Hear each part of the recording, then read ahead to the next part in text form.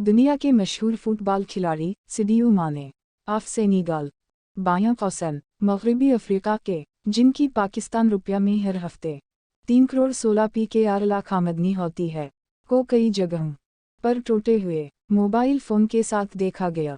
एक इंटरव्यू में जब उसके बारे में पूछा गया तो इन्होंने कहा कि मैं इसे ठीक कर दूंगा।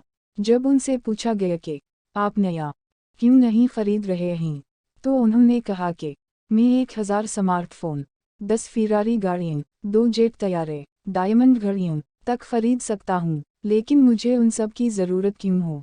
मैंने ग़रबत देखी तो मैं सीख नहीं पाया। मैंने स्कूल ऐसे बनाए कि लोग सीखें। मेरे पास जूते नहीं थे, मैं जूते के बगैर खेलता हूँ। मेरे पास अच्छे कपड़े नहीं थे, मेरे पास खाना नहीं था। आज मेरे पास बहुत कुछ है, मैं इसे दिखावे के बजाय अपने लोगों के साथ बांटना चाहता हूँ। पोस्ट करने का मकसद सिर्फ ये बताना है कि बंदे के पास 4 पैसे आ जाएं तो इसे अपनी औकात नहीं भूलनी चाहिए। शुक्रिया।